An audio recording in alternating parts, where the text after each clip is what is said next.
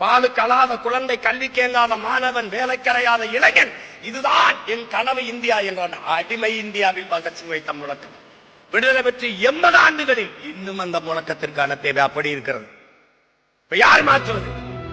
யார் மாற்று? எளிதில் வென்று முடிக்கக்கூடிய ஆற்றல் பெற்ற இளைஞர்கள் 50 பேர் ஒன்றிணைந்தால் போதும், உலகத்தையே மிகப்பெரிய மாறுதலுக்கு கொண்டு வந்து விட முடியும் என்று வீர துறவி விவேகானந்தர் கற்பித்தார். 50 பேர் ஒன்றிணைந்தால் முடியும் என்றால் 5000 பேர் நீங்க இந்த அரங்கிலே ஒன்றிணைந்திருக்கிறீர்கள். உங்களால் முடியாத மாற்றம் என்பது எங்கிருந்து வரும்? எனக்குள்ளிருந்து வரணும். என்னில் எந்த மாற்றத்தையும் ஏற்படுத்திக் கொள்ள முடியாத நான் சமூக மாற்றத்தை ஏற்படுத்த முடியாது.